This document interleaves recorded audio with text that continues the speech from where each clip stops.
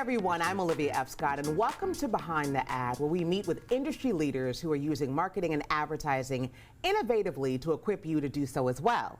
You know, it is a privilege to be surrounded by greatness and to be a part of when history is being made, and that moment is now. For the first time ever, and I do mean ever, the College of Music and Media at Loyola University New Orleans is led by 3 women at the same time. Dean of the College of Music and Media, Dr. Sheryl Haydel, Director of the School of Communication and Design, Dr. Shaniece Bickham, and Director of the School of Music, Duncan. In today's conversation, we're going to talk with them about what this moment means to the students, to the industry, and we're going to hear from them how they are each approaching leadership and how their shared vision for the college and their respective schools will lead the next generation, and what they want every current and future student to know about them as leaders. Thank you so much for coming today. We know how busy you are. Thank you for having us. Thank you, Dr. Haydel, Dr. Shaniece Bickham. So in this moment, you ladies are leading the College of Music and Media. Again, congratulations for that. I am honored for this moment in history. Are you guys feeling good about that? Feeling great about it, and thank you so much for having us. Of course. No, this is Women's Month, which is why we wanted to have this particular episode. So each of you are leading in your very own way. When you step back and you look at what you're doing right now, what does it mean to you personally, and what do you think it signals to our students and to the industry? Thank you again for having us. It's an honor to be here. I love this question because often when I think about it, I think about Paris Avenue at St. Leo the Great, where I went for elementary school. Very young, I'm gonna say maybe I was like in 2nd grade, and I knew I wanted something big for my life, right? Like I'd always think like, I wanna do some big things when I get older. So I just think about my very, there was no air conditioning at St. Leo the Great. We were in there sweating it out in the middle of all this New Orleans heat. But I felt inspired by that time. So I think back to that 7-year-old girl that I was who wanted to do something special with her life. And so I feel humbled. I feel like, you know, answered prayer to be in this position and to be able to impact so many lives, hopefully positively, on a daily basis. Beautiful humility and honor. You, Dr. Bickham. So for me, it's like a dream come true. So I'm an alum of Loyola, having received my master's from this program. And so being able to come back and lead the program, it really is surreal. To be able to work with Dr. Haydel, Director Duncan, and all of our wonderful faculty and staff just has really been rewarding for me. And I'm excited about the journey. Wonderful. We're so happy you guys are both here. So now many people think that women lead differently, right? Which can be interpreted in many ways.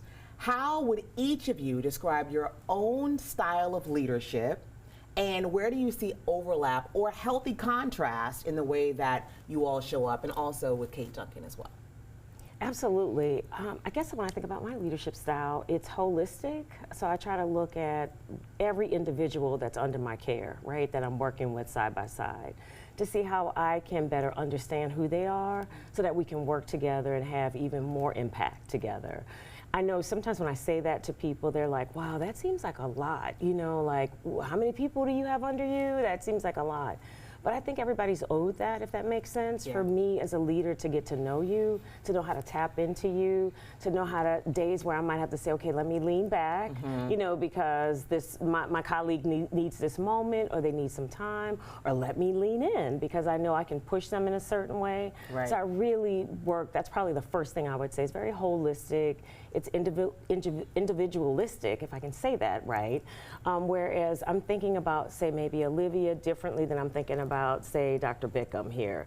Because you two are 2 different people. And you were brought here for 2 different reasons. So how can I, as that leader that you need and that we need, be there to tap into the best of you? So that's 1 or 2 things that I named.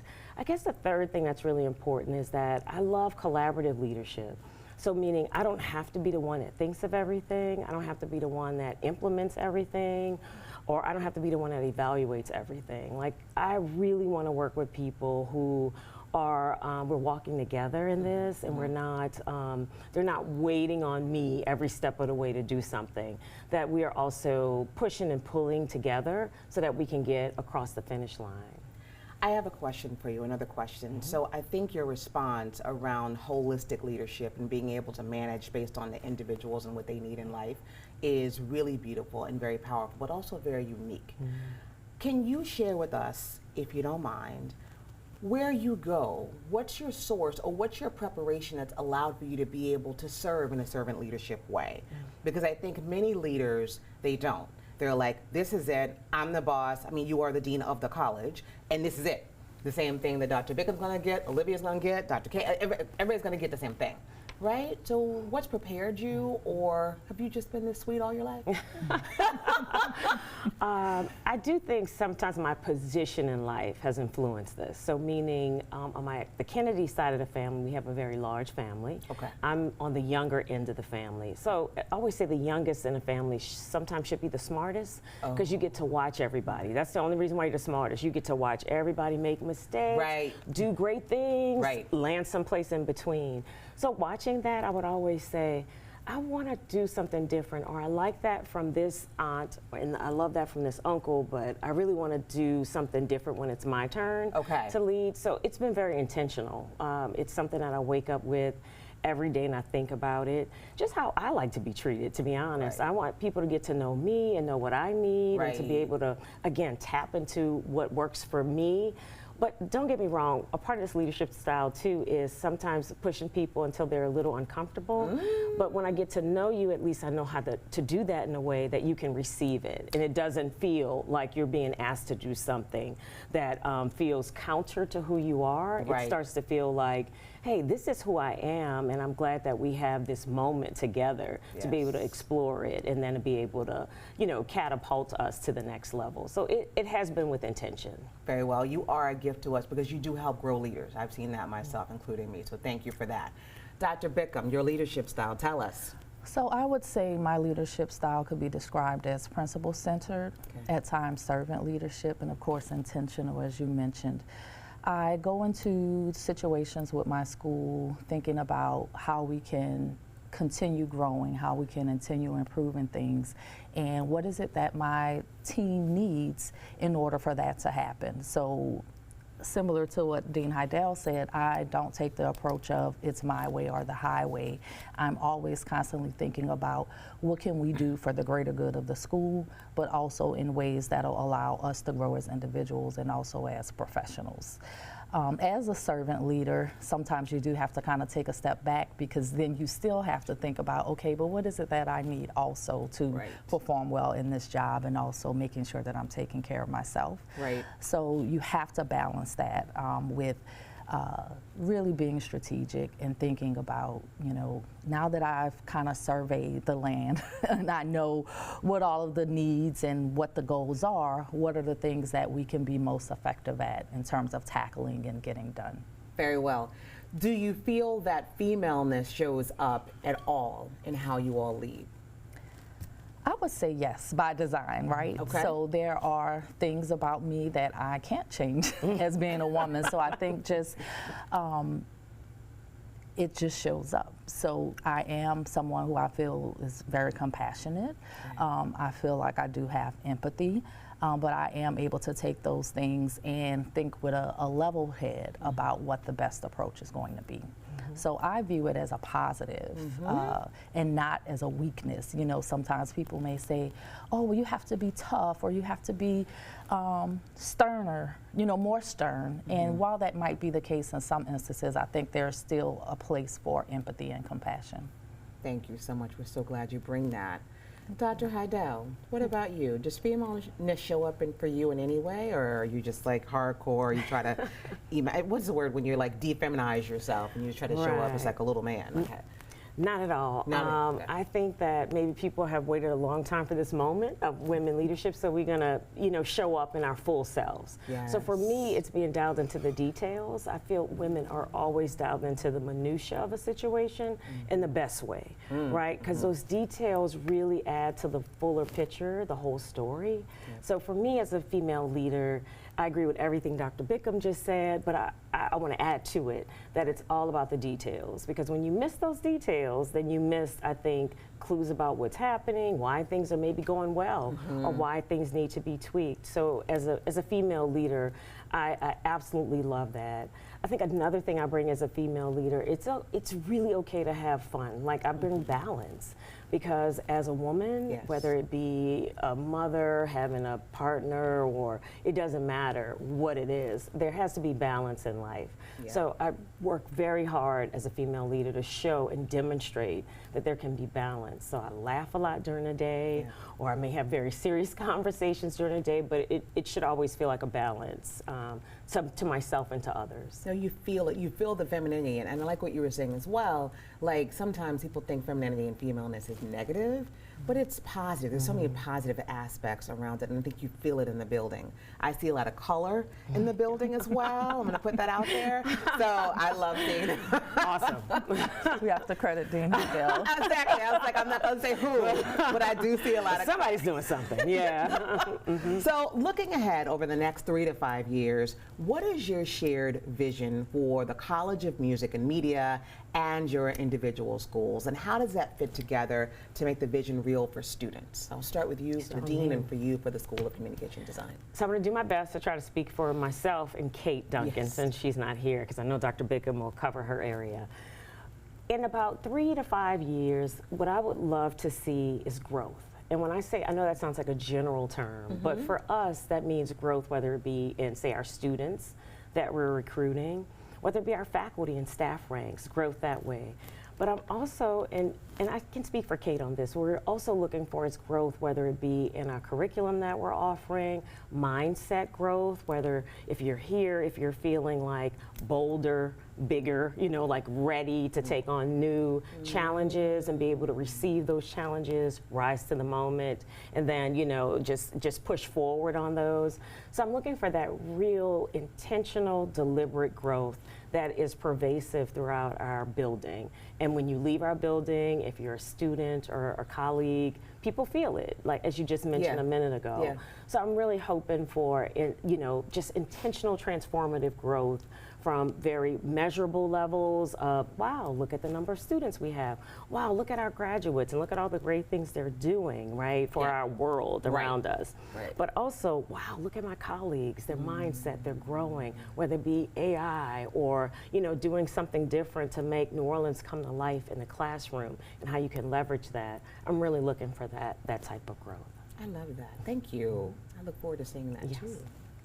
Dr. And then for the School of Communication and Design, what we've been working on is making sure that we're in alignment with the strategic plans of the college and also of the university. So the university, I guess it was a few months ago, just released its new strategic plan, Mission to Momentum 2030. And so we've started looking at what our goals look like for the school in alignment with what the university is focusing on. So we are, of course, looking at growth, growing our student population, ensuring that it still remains at a healthy level and growing even greater than where we are now. So we've done a lot of work around recruitment and retention since I've been here, and I'm sure that you all were doing it prior to me getting here.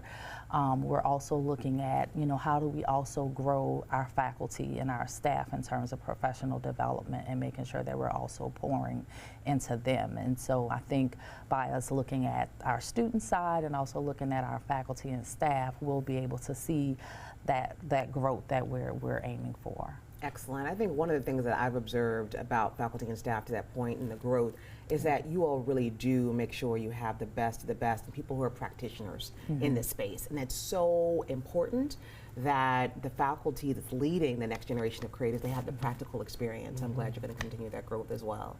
So, as we round this down, I need you guys to brag for a moment on yourselves, okay? What is one accomplishment that each of you are especially proud of achieving already, particularly in something that reflects the kind of impact you want to have during your tenure here? Be boastful. Dr. Bickham, you go first.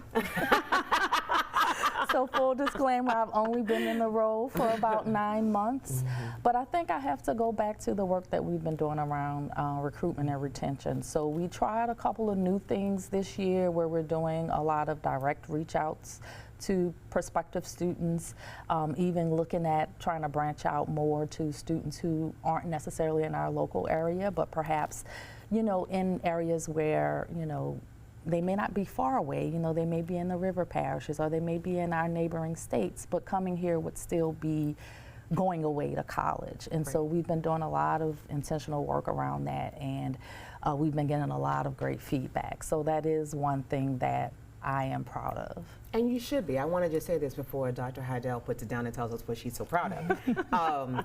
That I think this school, and I don't believe that I am too far off or unbiased to say this, your school is phenomenal. Thank you. The school is phenomenal. The creativity, having taught at multiple other schools, right, over 21 years, I can tell you, you all have something very special in the School of Communication and Design, and music as well. It's something that I think that anybody will be proud, any parent will be proud of, but the students, I've seen the difference, the lightness, the fun, and the creativity that your students put out, so you should be very proud, and music too. Yes, yes. Okay. Okay, proud moment, hiring Dr. Bickham and Kate Duncan. Okay. So, as you know, for a while, we did not have a permanent director for the School of Communication and Design. Right. And to have someone, a colleague like Dr. Bickham, who is driven, ambitious, but empathetic, caring, and has her own leadership style that complements well to sometimes my razzmatazz style of leadership, has just been a gift. So a true blessing. I feel like we're beyond fortunate to have her here. So I'm proud of that. I'm proud of being, for her seeing, not just because of Loyola is her alum, she's an alum here, but seeing her place here as a leader. I'm just excited about that. And for Kate Duncan, the same. I chaired her search committee. So her being in this leadership role, just like Dr. Bickham, I take very personal in a good way, right? So to have two women who are equally as talented, prepared, you name it, ready at the helm, and being able to work with them as collaborators has just been wonderful. Sometimes people have all kinds of misconceptions about female leaders that perhaps maybe I don't know, maybe we don't get along, or maybe our personalities are too strong to be in the same space.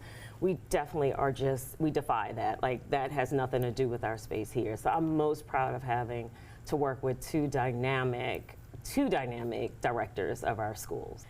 You know, I also want to add that we also have our Associate Dean, Alice Clark, who, again, a woman, a female leader, and our Assistant Dean is Laura Jane. So I'm surrounded by a lot of female power on a regular basis, from Dr. Bickham, Kate Duncan, Dr. Alice Clark, and Laura Jane. As you were speaking, I was thinking we're going to change your lower third to # Women Empowering Women. We're just going to take everything off and just, right? Because you are, you are doing just that. So finally, for the students who are here now and the ones who are coming later and their parents who are thinking about joining us at Loyola, what is one thing that you want them to know about you all as a leader, and one thing you hope that they'll remember and feel because they studied under your leadership? Want to take that one first? That is a really good question. That is a great question. So I would say, thinking back to a week ago, I guess, when we had Wolfpack Preview Day and I had an opportunity to connect with parents, I feel as though they appreciated having that welcoming spirit, not just from me, but from everyone they encountered from the college. And so what I want to make sure that I communicate to them is that I am an accessible leader.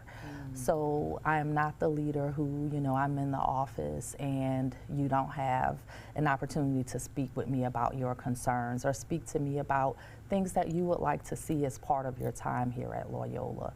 So my message to the current students and to our future students is, know that I'm here for you as a resource. Dr. Haydel is here for you as a resource. Our entire team works really hard to make sure that we are student-centered first. Okay. And when you have that type of experience in college, it goes a long way even after you leave here. Right, to feel seen, to feel heard. Thank you. So important, right? All those things. For me, I think about the opportunity I have when our students walk across the stage at graduation. And that I'm there to shake their hand, I'm there to hug them. But I feel proud, and I want parents to know and students to know that I really do know a little something about all of our students. And while that might seem like just a huge task, I pride myself on that, on being able to either know a name, your major, what are your dreams? I look at part of my job as dean as somebody that helps facilitate their dreams coming true, right?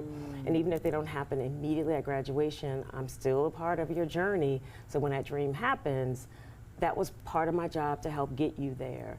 So I really want parents to know that again, we are dialed into the details. Nothing's too small for us to be able to look at. I love the listening approach to leadership, that we not only listen, but we act. There's a lot of things in the college where we will ask for student input, but it's not just so you can talk and feel okay about it. It really is so we can sit down and say, okay, how can we change things so that we can address the need?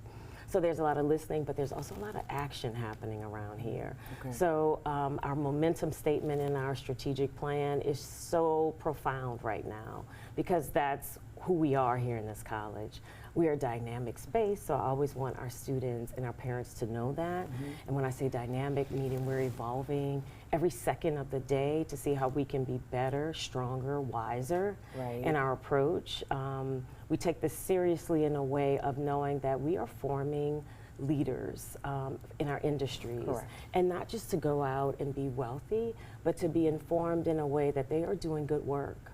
They are social justice driven, right? They are making sure wherever they land, that space is going to be better than when they found it.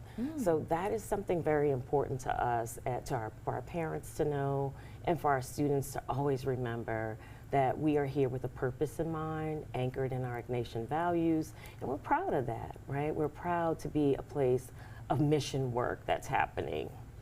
Wow. I don't think I could say anything more. I'm inspired. I kind of want to re-enroll. I'm like, should I re-enroll under this leadership? So thank you all so much. Thank you, Dr. Kennedy, Haydel. Thank you, Dr. Bickham, for not only sharing your time today, but also for sharing your vision for what Loyola and the students can become. You know, your stories remind us that leadership is not just about the titles. It is about expanding what is possible for the next generation of communicators, designers, and artists. If today's conversation sparks something in you, an idea, a question, a sense of what your own path might look like, I invite you to keep following these stories with us and subscribe to the Loyola University School of Communication Design YouTube and Instagram. As always, I'm Olivia F. Scott. Thank you for listening and joining us today. We'll see you on the next episode.